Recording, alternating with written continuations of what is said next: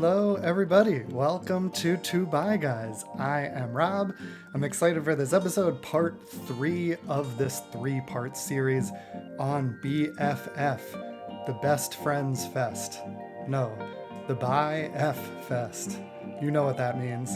This is explicit, I can say it. It's the Bi-Fuck Fest, whatever, fuck it. Today I've got 2 more interviews left from the winter event this January, and then I have an extended interview with Brad and Tracy, who are the current organizers of BFF. This one was recorded a few months later. We'll spend most of the episode today with Brad and Tracy. I've been wanting to have them on for a while.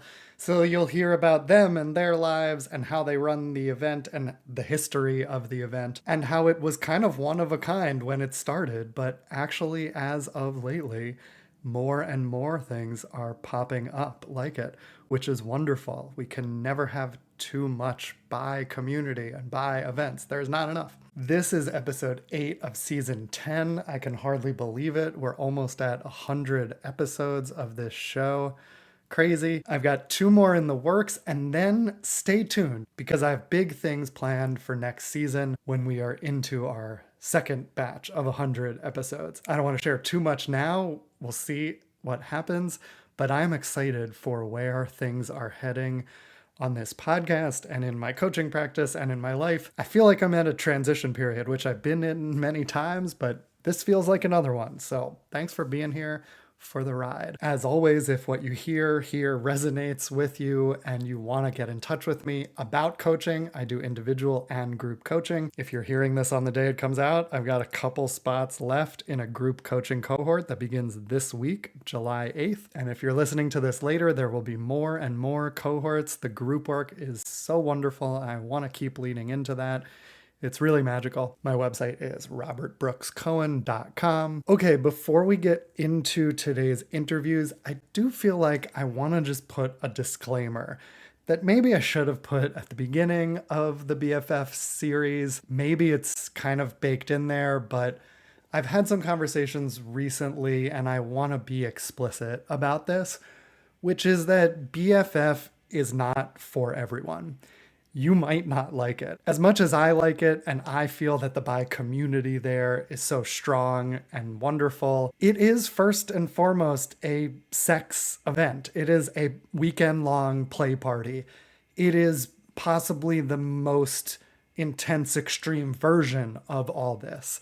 And so anyone can obviously attend, but it does cater to people who will be into that. If you are more on the demisexual side, sapiosexual side, you may have a wonderful time there, but just as a disclaimer, you may have to navigate a hypersexual environment, and you might have to have strong boundaries, and it's a great place to practice that. But that said, if you are new to this scene, newish to the bi community, new to play parties in general, this may not be the best first step. There are other play parties that ease you into these things, that do group exercises, get to know you things, games, like my friend Hannah from the first episode of this series has been organizing a play party in LA called Bisexual. And she really eases you in slowly, does icebreakers so that you can make connections before anyone takes their clothes off. There are different spaces within the loft where you can kind of hang out depending on how ready to play you are. And BFF is kind of like jumping in the deep end. There could be over 200 people there at any given time.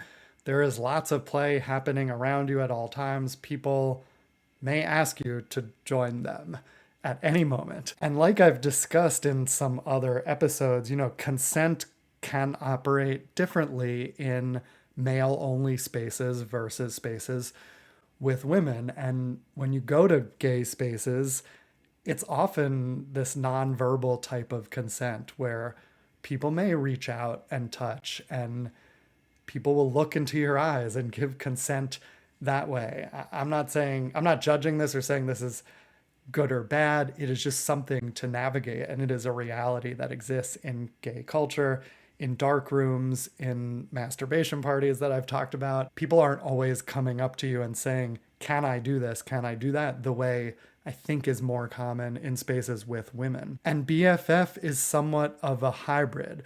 You will find some of that verbal enthusiastic consent culture among some people. And sometimes among men and in playrooms, you will find the other type that is more common in gay spaces. And so it is important to know your boundaries and be comfortable enforcing those boundaries. I have found that people are friendly when you say no. Obviously, I said no many times during this BFF because I was celibate. But that was sort of an easier excuse. It can be difficult to say no when you feel pressure to play or when you're just not into someone and you don't have the celibacy excuse. It can be awkward. I understand that. And so I just want to share that this is not for everyone. Maybe wade into the waters in different ways at different types of parties before this one. And not everyone's experience will be as positive as mine or as positive as the ones I'm sharing in this episode. The vast majority of people have a wonderful time. Like I've said, the community is amazing. I really do feel like this is a certain type of bi utopia where everyone is accepted and anything is possible. But utopia looks different to different people. And so I just want you to be aware that if you're listening to 3 episodes about this and it's not totally resonating for you, that's okay and that's normal. And I will talk about other stuff on this podcast soon. It's not all about sex. And in fact, some of what I've been thinking about and planning for next season is to share what I've learned about celibacy and about sexual energy. And going to BFF and being celibate there was a big part of my journey. I actually learned a lot from that you might not necessarily hear in these interviews. I'm still processing it and integrating it. And sex is wonderful. I think sex is great. I do not want to be celibate for my entire life. And yet, something about this experiment did teach me that there is a limit and there is a line where you want to be in alignment with yourself and you can go overboard with sexual energy. There are ways to overuse it or use it mindlessly or waste and spread that sexual energy instead of using it productively and transmuting it into your creative energy and life force. So these are all things that I'm thinking about. I wouldn't want to spend my entire life the way BFF is, but it is also this wonderful container and sort of ceremony where the few times I've been, 3 times now, I go and have these peak experiences, a certain type of peak experience.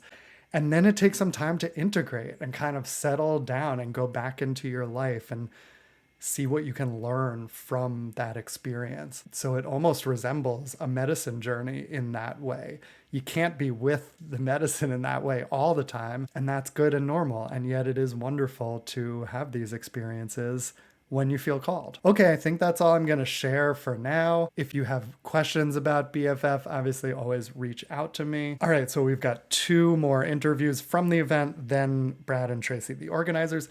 First up, here is an interview with Steve, who was also on the episode from last year's BFF. Enjoy this conversation with Steve.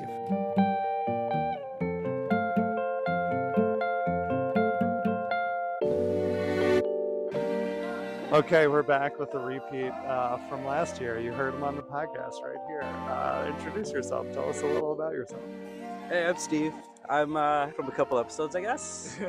And perhaps maybe you could hear me from a description of a situation earlier this weekend.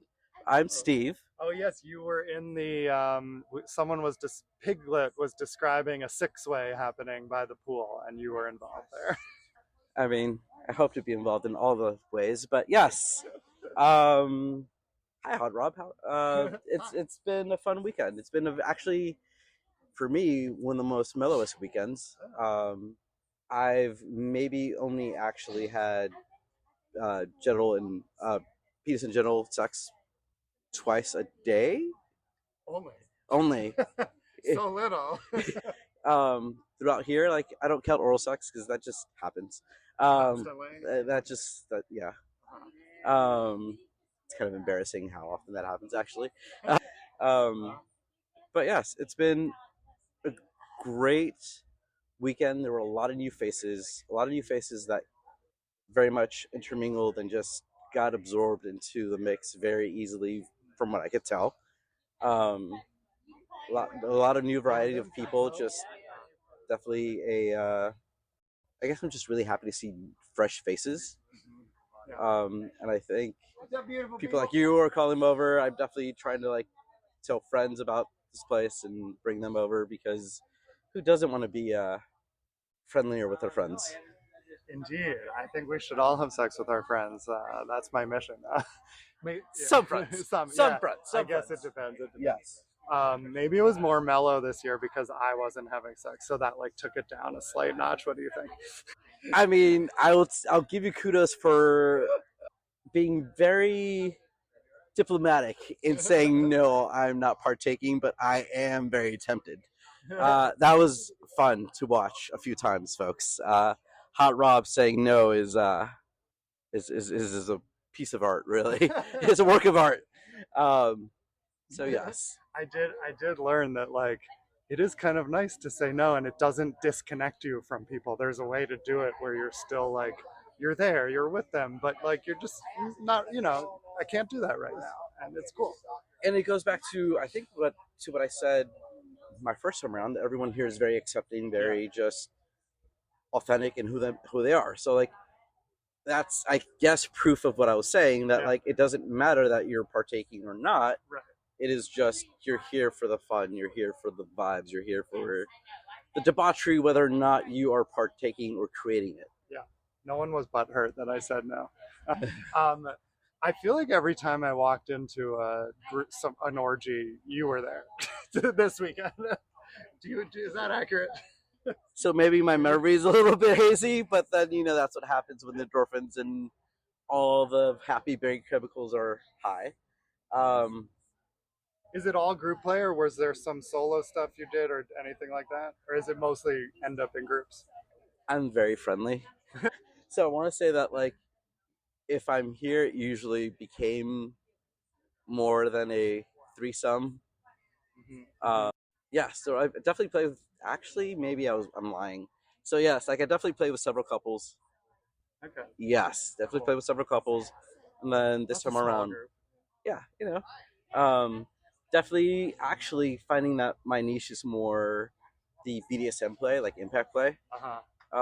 Definitely had a little bit of a following that way. Cool. I did notice a bit more of that this year. Here and there, I saw some scenes with the St. Andrew's Cross and other things. Yeah. Yeah, like I've started just traveling with my like impact kit, so floggers, paddles. That's someone that I did not play with. The one person. At this point, perhaps actually. Um, but yes, overall, like I like adding to situations, and I think adding the kink aspect to it is definitely it's intrigued folks that weren't into it. I know I helped a couple with their own little fantasy where usually she's the dom and he's the sub, but she wanted to be submissive in a safe way, and they reached out to me to help enable that. So that was very fun, especially when they're both about 6 feet tall, and I'm 5'5". So yes, it's always fun. Lovely. Any final thoughts or anything you want people to know about this place? Give it a shot. Be yourself, and don't rush about it. Just be yourself. Yeah, thank you, Hot Rob. Thank you, Steve. Thanks again.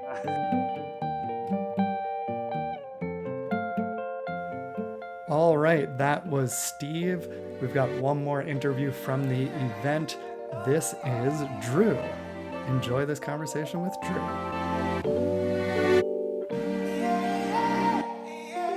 Oh, I'm Drew from LA. I am bi cis guy. What brought me here was continuing my journey through sexual discovery after being in a monogamous relationship for too long, and yeah, just really meeting these wonderful people here. I don't know what am I here for? What do I do here? I mean, like, yeah, I started out with swinger parties, swinger clubs, which are okay for intro because they're always available. But I think the play parties are really the places that have communities, right? A lot of places don't have communities. We just found a new play party group recently that has like multiple social events every month, right? And similarly to BFF, where there's actually a social aspect. You know, a lot of the swingers thing, you show up and it's already 10 p.m. People are already there. You know, those one-off party, you show up and it's just like, oh, there's not really a social thing. Like people are already naked, but here you just have hours and hours to hang out and meet people and talk to people and get to know them. And similar with these other groups where you can go to the social meetups. It's nice to form connections versus just kind of show up. I don't like fucking strangers. I like fucking new people, and then they become not strangers anymore, right? Exactly, the intimacy of sex, and then you become good friends. Tell me about your relationship, the trajectory of how you started exploring everything. Like I said, started going to the swingers clubs. Started to just figure out what my poly was, what my thing was.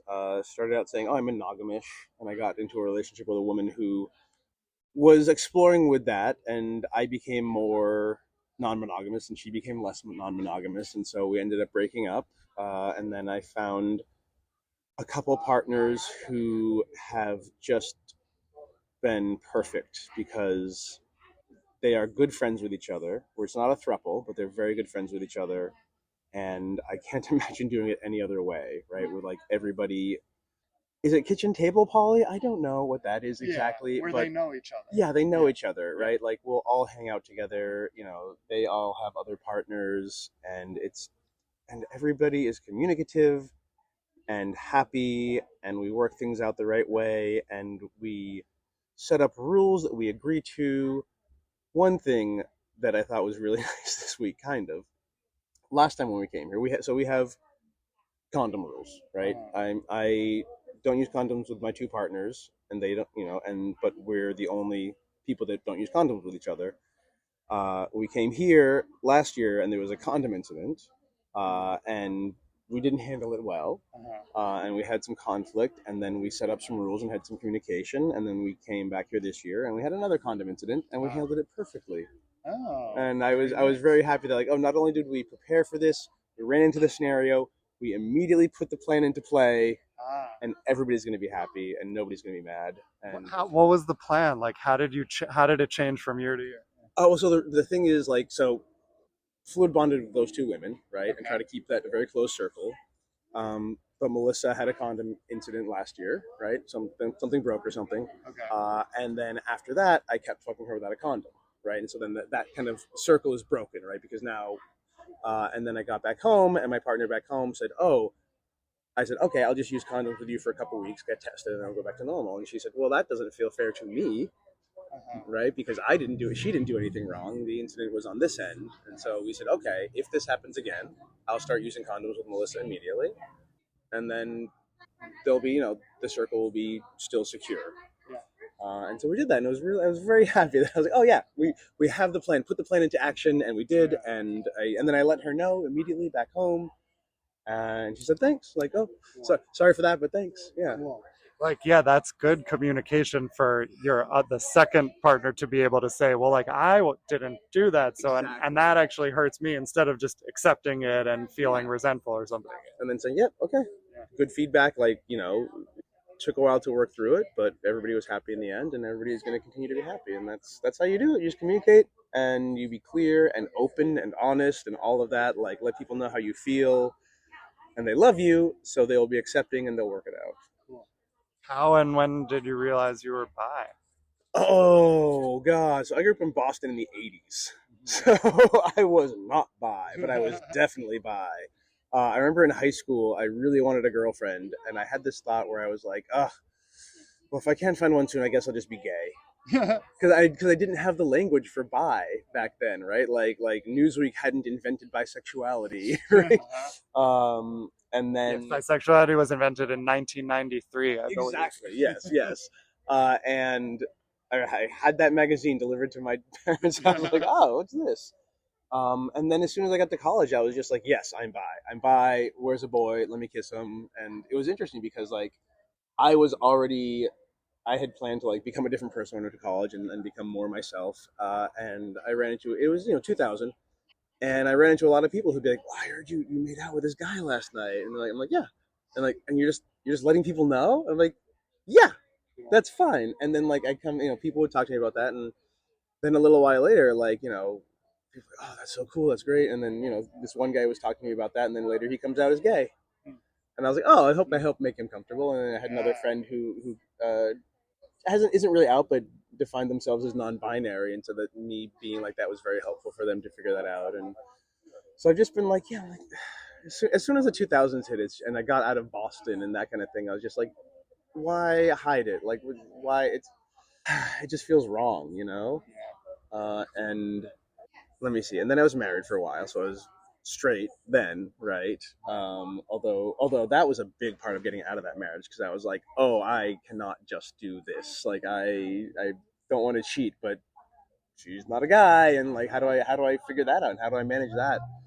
And I remember thinking, like, in that marriage, I'm not this partner isn't perfect for me, but there's no way I'm gonna find one partner who is perfect for me, right? There's impossible. And then I eventually realized, oh, maybe I could find multiple partners, and we all know the idea of, oh, multiple partners fulfilling different needs and everything. And I finally like figured out that worldview, and now I have all my needs met, and it's really fucking wild. It's possible. It can happen. That's lovely. It can, and it's like, yeah, I want people to know that, like, it's not that hard. You just have to be thoughtful and smart and kind, and like read the books, Yeah. and mean it, Yeah. like, and find the community and find the people, and then Yeah. those people will help you find the other good people. Like, I'm sure not everybody's doing it right. Yeah. I'm sure a lot of people are doing it wrong, and I run into that once in a while. But like my people, we all support each other and help each other figure out how to do it right. What are 3 books you'd recommend on that topic? Not Ethical Slut. Ethical Slut was great in the 90s. Ethical Slut is like 300 pages of it's okay to be poly. If you're already okay to be poly, you don't need to read Ethical Slut. Polysecure is okay unless you've already read about attachment theory, and then it's just mostly attachment theory. Like most of that book is attachment, but I did like that one. More Than Two also seemed useful. So those are only two, but yeah. Cool. I love Polysecure. I haven't read More Than Two, but I will check it out. That was a follow up to Ethical Slut. It felt like, right. It was like, okay, it was like, now that you know it's okay, here's how to do it right.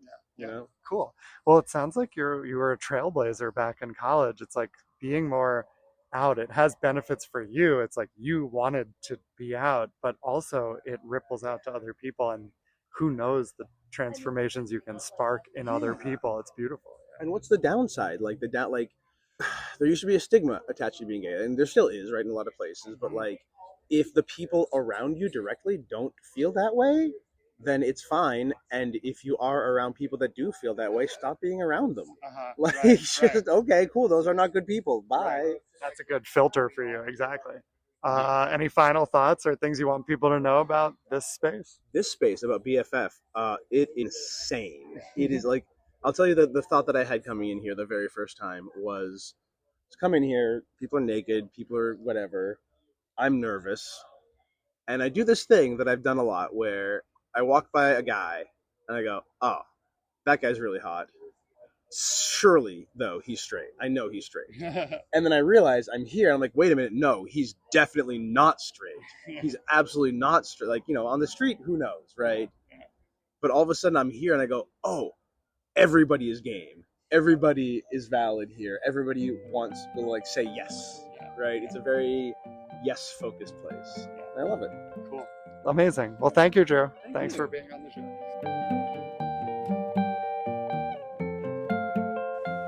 All right, that was Drew. And now, finally, the moment you've all been waiting for, an extended interview with the organizers of BFF for many years, Brad and Tracy.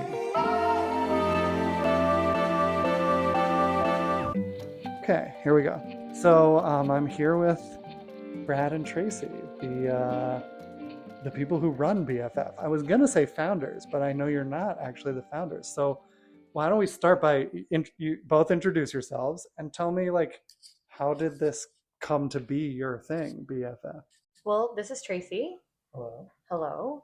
And I'm Brad.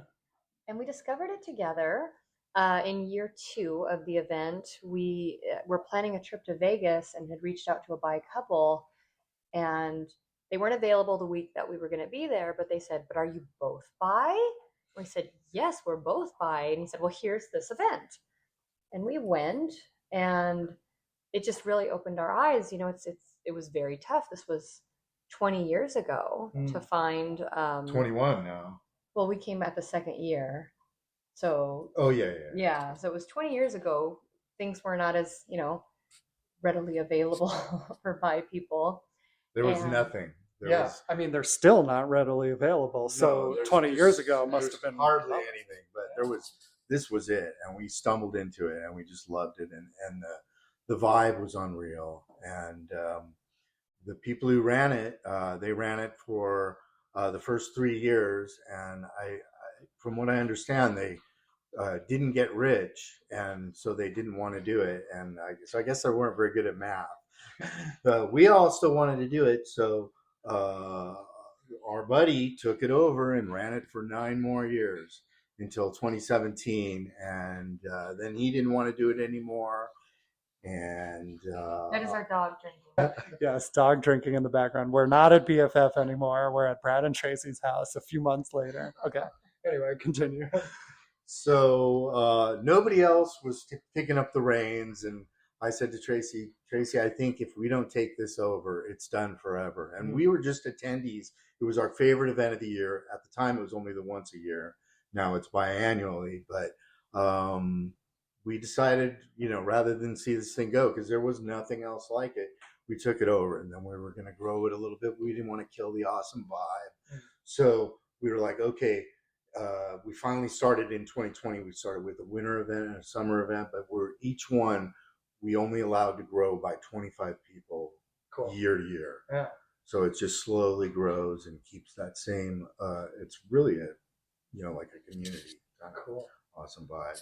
Yeah. Yes, we heard so much about the community. That's what, it's funny when you're there, like you think people will just talk about the sex, which, they did, but the community is really what everyone wanted to talk to me about. And That's people were amazing, in tears. really. Some of them in gosh. tears talking to me about this for this I can't wait to podcast. hear them. Yeah. Well, that's, Wow.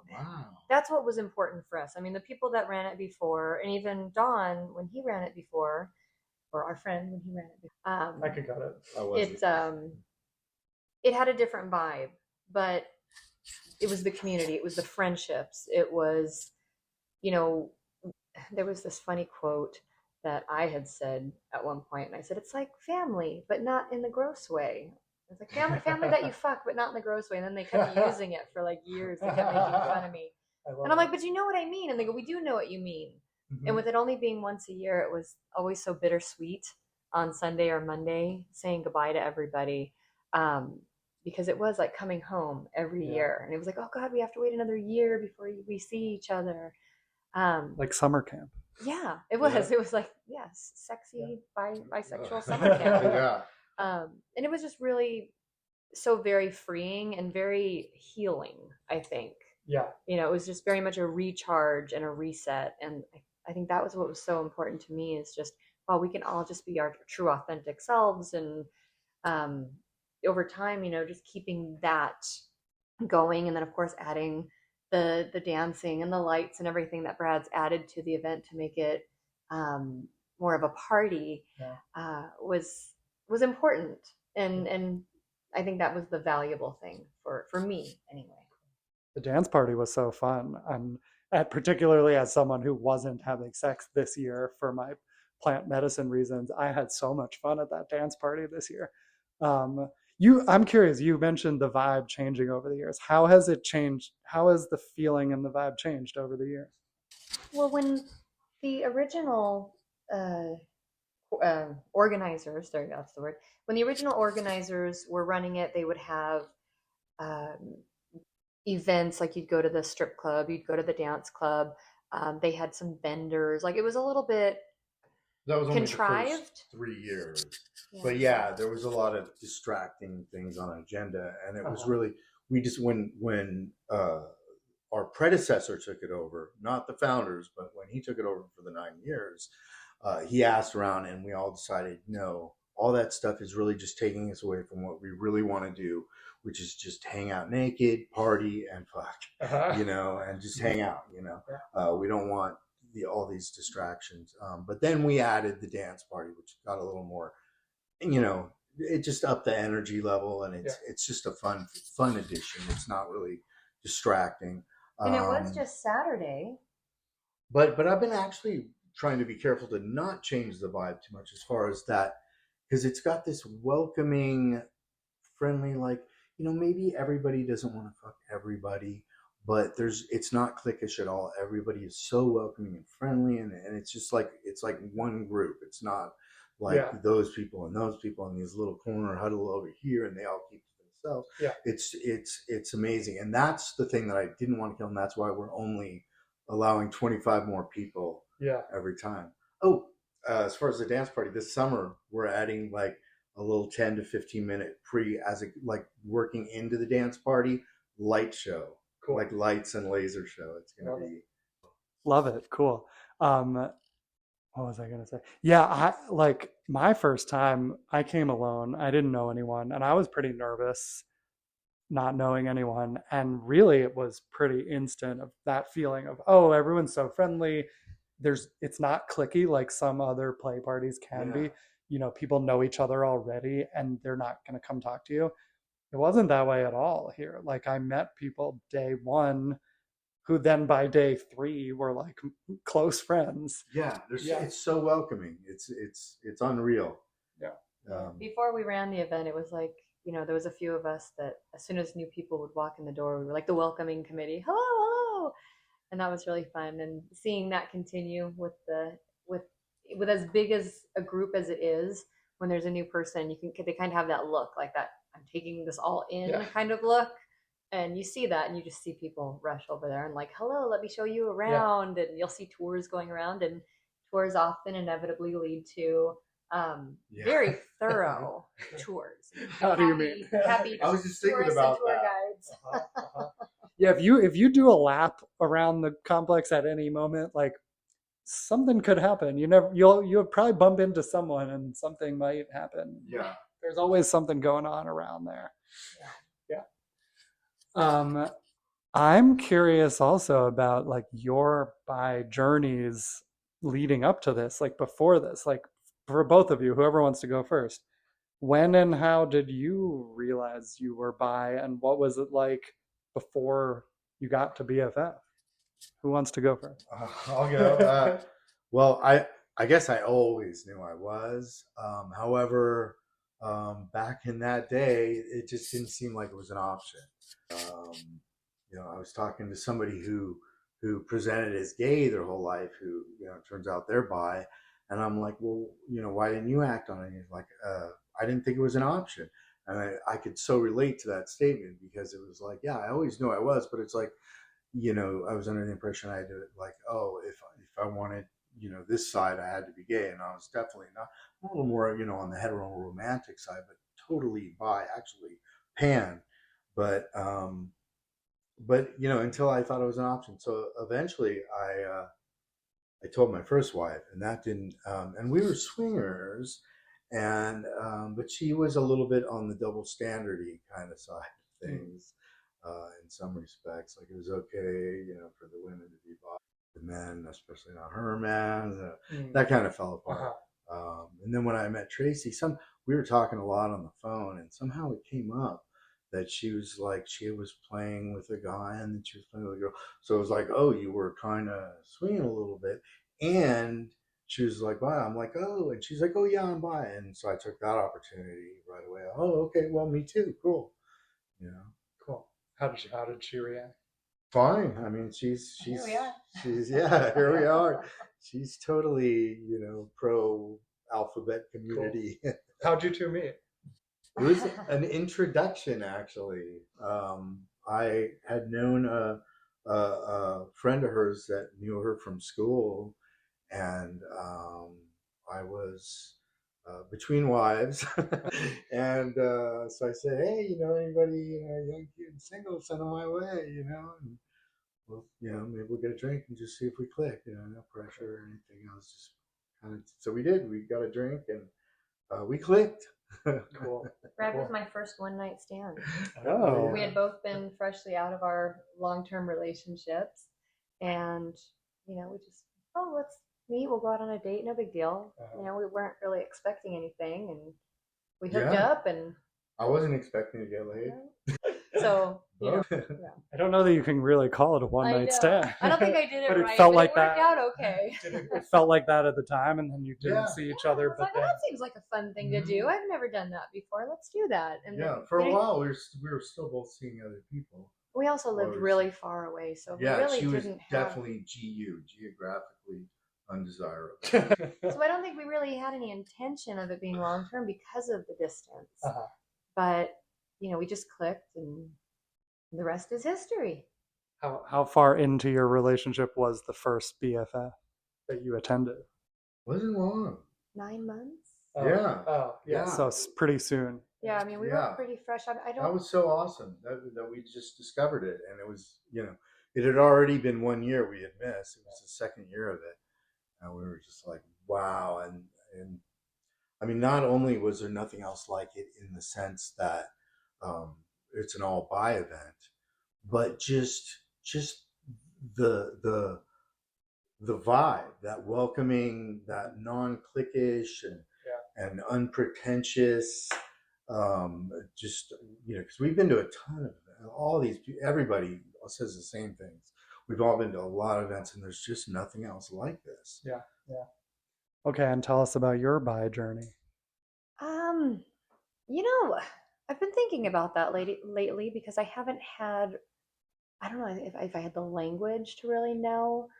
I was always kissing girls Cool. as a small child, and got caught a couple of times. And I don't know. Okay, I had the words the other day.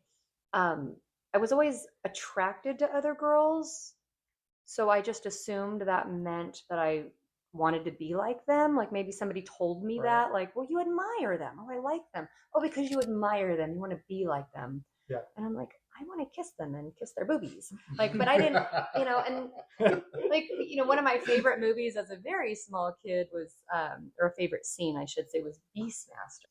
And that scene where these two really hot girls are showering in I don't know, now everyone's going to go watch Beastmaster. But there's a scene where the two slave girls are washing themselves, and that was porn for a 4-year-old, and I'm just like, oh, they're such beautiful girls.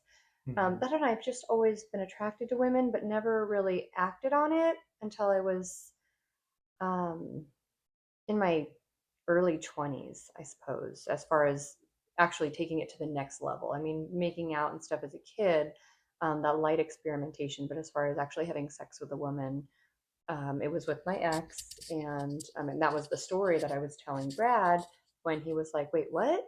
Hold on, go back, because it wasn't the point of the story. I think the point of the story was yada over the good part, and I'm like, wait, hold on here. You just yada over swinging and bisexuality. We're gonna back up and cover that a little bit. Yeah. And it was something about allergies, and I was like, well, let me tell you, I was doing this thing, and I was having sex with this woman, and then I was sucking on his dick, and then something allergies. And he goes, wait a minute, let's go back to that story. So he said, okay, I want you to look at this website. And he has me look up his lifestyle website. And I think that weekend he came out and we changed it to a couple's profile and said, let's try this. Because I didn't know what swinging was. Yeah. I was 26. I thought that was something people did in the 70s. And I'm picturing burly, hairy-chested men with really thick gold chains. And you're not into that? I was just picturing a very 70s, like, what is it, boogie nights or something. I thought that was something that was back then. I didn't know it was a current thing. I didn't know it existed. I think it was like only within a week we went from cute one to cute one. Yeah, you came over that weekend. We changed the profile back, and I was like, wow, this is like grocery shopping for sex. You can you literally just find them on the website. It was mind blowing to me. And then Logan's of Run. course, What? Logan's Run. What's that? Oh, it's an old sci-fi movie. But they were doing that. You could just like order somebody. So like the swinging scene, how I know it's the BFF scene is adjacent to swinging. There's a lot of people who are swingers who come, but it's different. So I'm curious, like, what some people already have talked about the differences, but what are they in your mind? And like, how have you navigated the swinging scene? Like, how much a part of that are you guys versus is BFF and bi stuff and this community, has that become your whole outlet, or are you still in the swinging scene outside of that? well, I mean, we've talked about that. Like I said, we really didn't have any bi avenues, right? That wasn't a thing until we learned about BFF. It was on the website. You'd kind of look for people who were brave enough to say bi-curious or bisexual for the men. I mean, of course, we call it the vanilla lifestyle. So the non-bi lifestyle. We're still in the swinging scene, and I would play straight, where which in the swinging world mostly that means the women is bi and the guy is not. So and we have straight swinger friends still. And these days we do that a little less now because we know just so many bi people, and it's just so much cooler sometimes when there's just whatever can happen. I think the thing with us for like a lot of the parties and stuff, there was just such a double standard that the expectation was that the women were bi, but not too bi, because that was very threatening for the men. And the men couldn't be bi because that was very threatening to the men. And so, we certainly have a lot of friends that now know that we're bi and we still hang out and stuff. But once we sort of discovered BFF and created a group of friends, the vanilla swinger parties and stuff just weren't as fun. Yeah. And aside from that, we did notice it was very cliquey, and we didn't care for that vibe. But I have to add that I see it. I have these big bi groups on all the major lifestyle sites, and times are definitely changing. Really? Oh yeah, the amount of guys who are now admitting it, or even slightly admit, like like on Cassidy, there's like a scale of how much if this kind of interaction or whatever. So many guys now will put like maybe but unlikely at least under the like they're open to it or but there's varying degrees of that, but there's so many more. Because I've always said that I hypothesized the amount of bisexual men was equal to the amount of bisexual women. It's about the same, but because of societal taboos, they don't feel comfortable admitting it. Right. So you're not getting a real number. We're starting to see that a little bit more now, to where it's like it's reflecting the actual numbers. So because there's bisexual characters in film, in literature, on television, in the comic book characters, that people are seeing in film and all over. I think that's absolutely true. There's famous athletes now that are coming out, and fictional athletes like heated rivalry. Yeah, there's a lot. Yeah, it's it's really changing people's attitudes a bit, and I'm seeing a lot more. The communities are growing. I can't keep up with it. I mean, I wonder if that means there will be more events like BFF in the future, because there must be a huge hidden population. There's already now Ho Weekend, which is sort of adjacent to BFF, and many of the same people go. And there's hedonism in Jamaica, bi week at hedonism. There's some cruise I've heard people.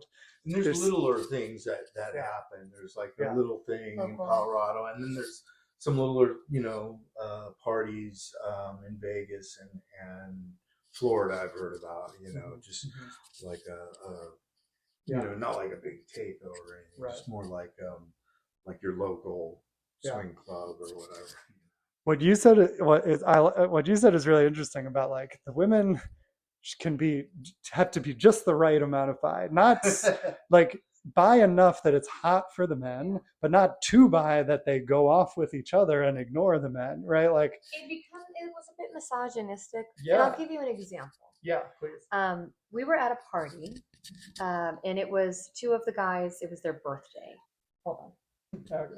We were at a party, and it was two of the guys' birthdays, and they were doing a naked twister ice cream sundae theme where they had several girls on the twister board, and these two guys, would flick the thing, red hand, and then whipped cream or something. And so the guys, both of them, would have whipped cream cans, and they'd go around and squirt whipped cream on all the girls and then lick it off. And and it was, so it was a whole Sunday theme. But I remember one of the guys was like, lick this nipple, lick this nipple. And I said, whoa, you're a little OCD there, huh? And he goes, well, because I licked that one. So he had to lick the other one because that would be gay. And I'm just like, okay, I don't want to come to these parties anymore. I just remember looking at Brad and going, I don't want to do this anymore. This is dumb. We can't both lick the same nipple. Yeah. It's like our so dicks touching, but like even more extreme. And I thought, wow, that's sad. And that's just not my scene. Yeah. So close to being hot, but that was so long ago. That one just really stuck with me. That was right at the beginning. That was like 20 years ago. Yeah. So and that I forgot all of it. Yeah, we've come so far. Oh yeah. But I've definitely seen guys get very threatened if girls have too much fun. Yeah. So there is the expectation that you will be a by production for my enjoyment.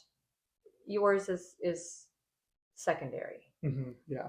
The parties and the events that we go to though now are so far removed from that. Just everybody can be to whatever degree, or nobody's yucking anybody's yum, and everybody's just free to be them. Well, and that's what's so nice too is we've made friends over the 20 years that we've been in the lifestyle together and doing BFF or attending BFF. I mean, we've learned so much from one another within the community about safety, about health, about pleasure, about sex enhancing drugs, medicine, all of these different aspects, and prep and proper cleaning and hygiene is shared on the boards and stuff. Like, people are really learning from each other. We go on vacations with these people, and we don't have anything to hide. If we're doing things, everything is just very open and freeing. Yeah. And there's always somebody who knows, like, a plethora about things that the rest of us perhaps don't. Like, something like the medicine you were talking, like the PT-141, which is like a peptide. You can get it anywhere, but if you don't know what it is, then Well, and then people were talking about, prepping for bottoms. And they were saying, oh, this TV show does the greatest job of teaching you everything you need to know. Sex Education. It was on Netflix. It was like a British show. Yeah. Had a really, it was me who was talking about that. And it was really good. But that was being passed around on the Telegram. It was. And so a lot of people that were like, I'm very curious about bottoming, but I don't feel comfortable. I'm not really sure what the steps are. Oh, watch this. And it was very liberating for, I think, a lot of people. Just the freedom that we have to say, yeah, this is who we are. It's like, you have your friend that you grew up with, like your boyfriend or your girlfriend that you grew up with when you were little, and they know a lot about you, and they know a lot about your experiences in childhood, but they may not know that you're a swinger. Yeah. And then you have your swinger friends that know you're a swinger, but they may not know you're bi. And for us, it's like, when you get to the level that we're at within our community, we don't really have any secrets. We're just like, yeah, this is who we are. Everyone knows everything. That's the thing, I think. Right. No, that makes so much sense to me, and is how I've felt. Like, I used to go to parties, and I used to not be comfortable in my own sexuality, and then even going to parties, I would be nervous. And I've realized the more I go, and especially through BFF, has helped me feel really comfortable just having no expectations, being myself, going with the flow. And that's the way to be Just at these owning things. it. Own it and be totally open. If you're an Very open free. book, you will receive, what you're meant to. You don't have to try hard. You can just be, It is so share freeing. everything. Yeah. Now, what I will say along those lines is you're right. It's so freeing, but we've even seen people that are like, we just want to watch this first time. Yeah. And they were a little bit, staying in the bleachers a little bit, and that's totally okay. They still came back. Yeah. They just weren't ready to jump in, but they didn't feel, they weren't made to feel like There's outsiders. never pressure Right. Yeah. to do anything, Yep. But there's opportunities. You Yeah. know? Right. You have to take them when they come, because if you try to make them, let's schedule this for, good luck with that. But I've seen that if happen. you Yeah. just Let's take meet them up as they later come- at this thing. No, you're never Yeah. all going to find each other later. Yeah, but you just take them when they come. Like you said, you just walk around the thing, and an opportunity could arise. And if you want to take advantage of it, there it is. Yeah. But there's never pressure if you don't. Yeah. How do you two manage like running the event, but also enjoying it for yourselves? That was a very tough balancing act to pull off, which we weren't at first. I was just too busy running it, and I wasn't really able to be part of it. Wait a second. The only reason I took this over is because I love this event. Yeah. So I don't need a gig. I need a bisexual fuck fest. So now we have not a lot. We have the price by like $10 everybody, and we're hiring people with that money, and so we have a good crew. We have a really good crew coming this summer. So we can just be there and be present. I like when I do something like that, I'm like, we're not here to, we don't sign up people for the next event. I don't want to talk about work. I don't want to be bothered. If you really need something, I am the organizer. But if you don't, I'm really here to party, and like I don't do emails. I don't even keep up on the BFF chats, the Telegram, because I'm just like, I'm there. I'm present. I'm at the event. And that's been my goal. So now I think we're a lot closer to actually achieving that. And then over event after event, just sort of monitoring food intake and stuff. People used to go off site a lot. And Brad and I were like, we don't really want to go off site. We want to stay. We don't want to have to get clothes on and go off and do anything. Yeah. So, food was brought Just in, stay and, naked all week, make sure that everyone has enough, and, just kind of zeroing in on things over time, I think has given us more freedom. Each event, I think we get a little bit better at, it's not perfect. I do my best, but that helps. And then, of course, hiring people, which is tough, to say I need you 2 times a year is sometimes hard to find people. That's always a challenge, to find somebody that's trustworthy and hardworking. But we've got some really good people. We step up our game every event, just at least a little bit. Learn a little more. Whatever we learn. We try. Cool. Yeah, it is a shock to the system there, like how you get so comfortable being naked all the time. Then you walk outside and you're like, oh shit, I have to wear clothes. This sucks. And I have felt that same thing of like, yeah, I'd rather just not leave. Why? What's out there that I need this weekend? Yeah. But before, like the week before, and you're like, oh God, I'm going to be naked next week. How do I feel? Am I in the right headspace? How is my self-concept this week? We're all human. And then you get there and you take off your clothes and you walk outside, and it's just like, this is nice. Right. And then I go back to real life and I'm like, why do I have to wear clothes all the time? Like you get in that mindset, and it's very freeing. And it's like, why are we wearing so much clothes all the time? Okay. Okay. What else do you want to share with people that we haven't discussed, or any final thoughts you want people to know about BFF? I think the biggest thing for me is the intention of it really started with the concept of bi guys and the gals that love them, right? It was really a safe space for our bi males, and that's why we don't let straight males there. Even though people will say, "Oh, but they're really cool. They're really open-minded." Cool, but they're not bi, and it does change the vibe. It's different when you know that all of the men there, whether they want to fuck you or not, they're all in the same headspace. They've all experienced the same social pressures, discrimination, whatever words you want to use, that's a universal for Yeah, if all they're of turning you humanity. down, it's not because they're straight. It's most likely because they just came. Yeah. You know? Yeah. It's just like, oh, you look at 30 minutes. So like, Yeah. But it's not just, it's not just for, bisexuals per se. It's, we're pansexual. So it's not like it's one or the other. There's lots of transgender individuals. And so it's not discriminatory there, and it shouldn't be. It should be a safe space for all of us there. But it yeah, really is. Cool. It's truly Cool. freeing. Yeah. And it's an insanely fun time. but no straight guys. There's enough stuff for straight guys out there in the world. Exactly. Cool. Well, great. Thank you both so much. I can't wait for you to hear all the other interviews that will be paired with this episode, because people really get to be themselves there, and stuff came out, and they're some of the best interviews I feel like I've done on this podcast, because so much comes up in that space. And so thank you both for helping facilitate and create that space. And here's to many, many, it's been 21 years. Here's to many more.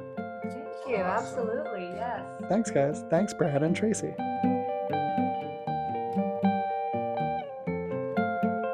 All right, that was my interview with Brad and Tracy, and that concludes this 3-part series about BFF. Summer BFF actually just happened. If you were there, let me know how it went. If you weren't there and you want to go to the next one, you can DM me, or there are instructions to get in touch with Brad and Tracy in the show notes directly. You can reach out to them. They will get you on the list. BFF happens twice a year in January and June. There is also a fun event called HOE, Ho Weekend, that happens in March and September, also in Palm Springs. Many of the same people go.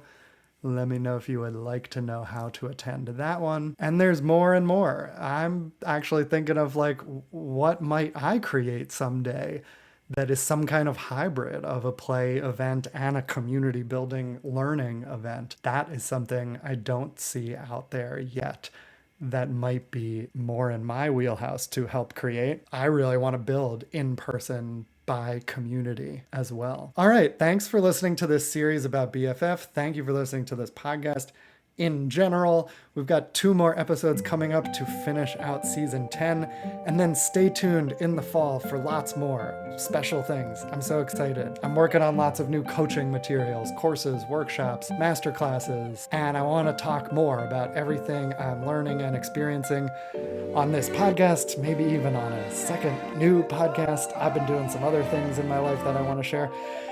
So I'm glad you're here. Thanks for listening, and stay tuned. 2 Bi Guys by 1 Bi Guy is produced and edited by me, Robert Brooks Cohen, and it was created by me and Alex Boyd. Our logo art is by Caitlin Weinman. Our music is by Ross Mincer. To learn more about my individual and group coaching offerings, visit robertbrookscohen.com. And to help support this podcast, visit patreon.com/robertbrookscohen. You'll get full video episodes, early access, and bonus content. Thank you for listening to 2 Bi Guys by 1 Bi Guy.